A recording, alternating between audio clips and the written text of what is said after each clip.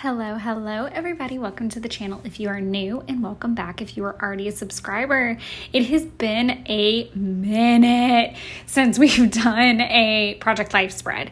So I decided that I was going to put myself on house arrest for the weekend. Okay, maybe not full on house arrest, but just say that I was really going to try to take some time to stay at my house for the whole weekend and take care of some stuff and rest and just really not be in any state of stress to get back and forth between the houses or anything like that. So self-imposed house arrest, basically. And I decided that this would be a good time to try to knock out a Project Life spread or two. And I was looking at week 5, which is what we are working on here. However, if you notice in the title, it says week 5, part 1. So here's the deal. During week 5, I was half in town and half out of town. So Jeff and I left for our New Orleans trip on Thursday of week 5. So we were there. We got to New Orleans at like 1 o'clock in the morning on Friday. And we were there for a very Mardi Gras filled weekend. And we were even there into week 6. So I kept struggling with how I wanted to really approach these spreads because of the fact that there were going to be so many. And typically I would just kind of try to power through and then release like this just mega ultra long video with just umpteen spreads. And I just really didn't love the way that sounded. So I kind of wanted to break this up a little bit. So I'm going to do a part 1 that's obviously this video and just kind of the part of the week that was at home. And then part 2 is going to cover several spreads because it's going to be the time of New Orleans. So that video is going to be a little bit longer. And then I've got some 12 by 12 plans as well. So that's going to be its own separate video, but I have always done the 12 by 12s separate of the pocket pages. So it won't be labeled like part 3 or anything. It'll just be labeled Project Life, week 5, 12 by 12s. Hope that made sense. So before I get into what was really happening while we were in town, I'll go ahead and talk a little bit about the product. So I really just dove into my stash overall there. That top left-hand pocket page insert is actually from a 12 by 12 pad that I have. I want to say it's gingham something. Why can't I remember that? It's like, I feel like it's even from Bo Bunny, but it was like a giant paper pad that I had, and it just really caught my eye with some of the other cards I had picked out. Then that next insert is definitely an Allie Edwards card. I believe it's actually from last year or a couple years ago. It might even be like 2022, 21. Jury's out. It was from a January kit. Then we'll drop down to the second row. Both of those cards are printables along with the homemade card. I believe the middle ones are from Studio Calico and the homemade is from Paper Person.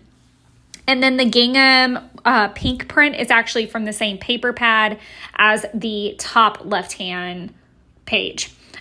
So that is it on the, I guess, paper. Everything else. So the week 5 is actually from Citrus Twist. I was lucky enough to snag 2 of those bags before they were out of stock on Citrus Twist several years ago. So I am stocked up to use them again, but I really wanted to have an anchoring element as I got back into the Project Life scene. And I thought that this would be a really cool way to label each week without having to break my brain with what kind of letters I wanted to use stamping out a week or whatever. It was just simple and it was already done for me, and it was a good anchor point.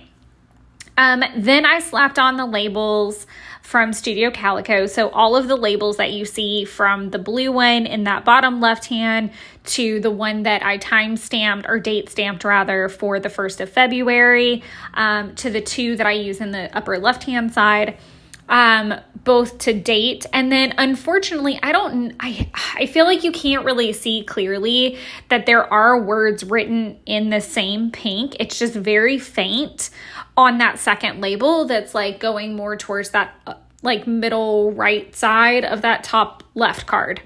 Follow me? On the title card. There we go. That's what I'm going to say. So the title card, it actually says "for the record." And I thought that was really nice, and it definitely fit with the vibe of the pink, and it was soft. So I've got that. You saw me kind of fiddle with some washi tape when I got started. That is just a newspaper-esque washi from my stash. I thought that it would give everything a little bit of a black and white layer.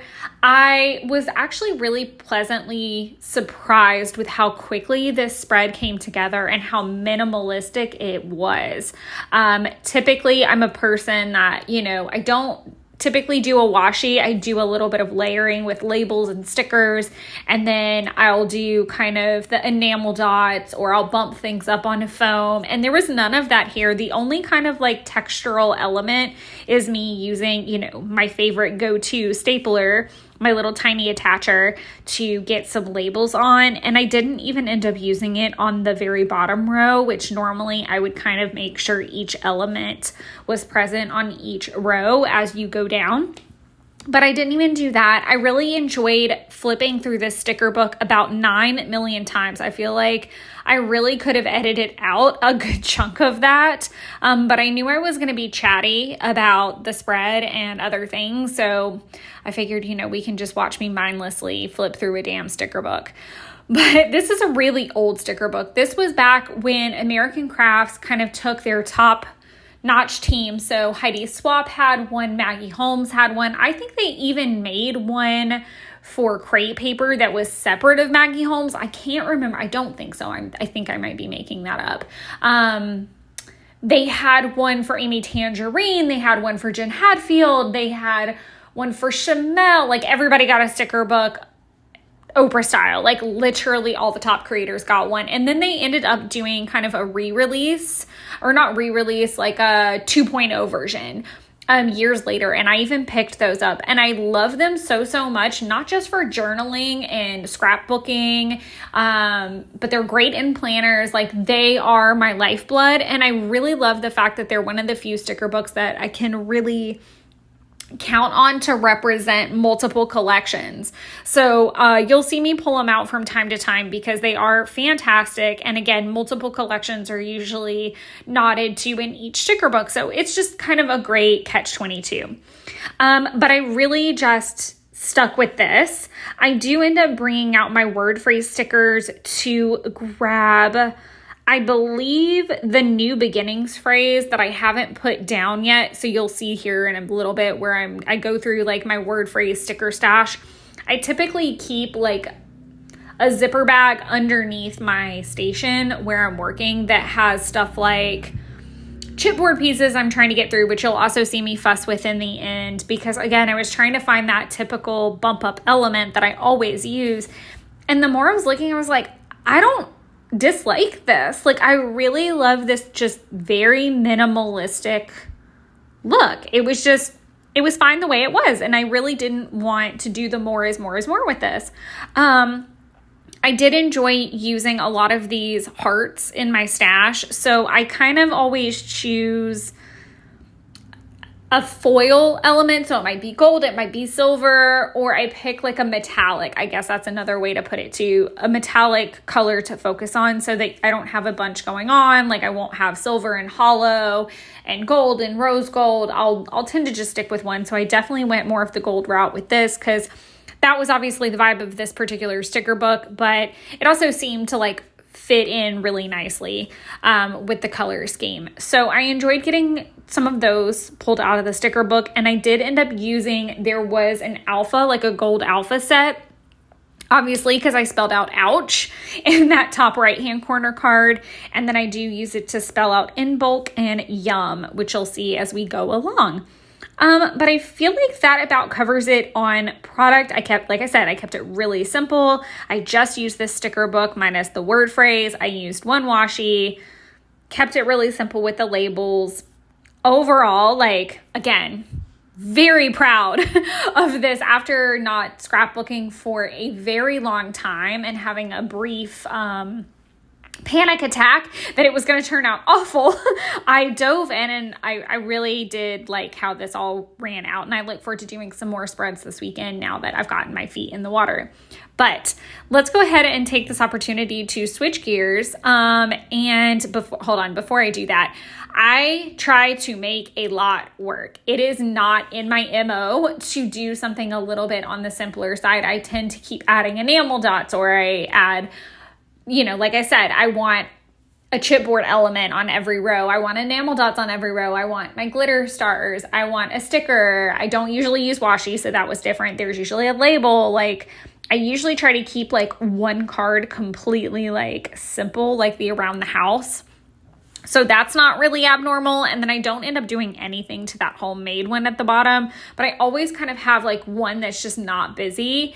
So it was really weird, and I just kept trying to make fetch happen and make different things happen. The cute stickers that you see me struggling with right now, and will see me struggle with for quite a little bit because I was trying to get them even, I end up taking off after I film, so you won't even see them gone until I do the final flip at the end, which also reminds me that the lighting looked really weird, so I'm super sorry if it doesn't come out clear. I do take a picture at the end of every spread before I put everything away and make sure the pocket pages are perfect for storage, and I do take a picture to post on Instagram, so I am going to try to get caught up there because I think I only have weeks 1 and 2 on Instagram, sorry. But yeah, that's it on product. That's it on me trying to make fetch happen. Now let's talk about what's actually happening.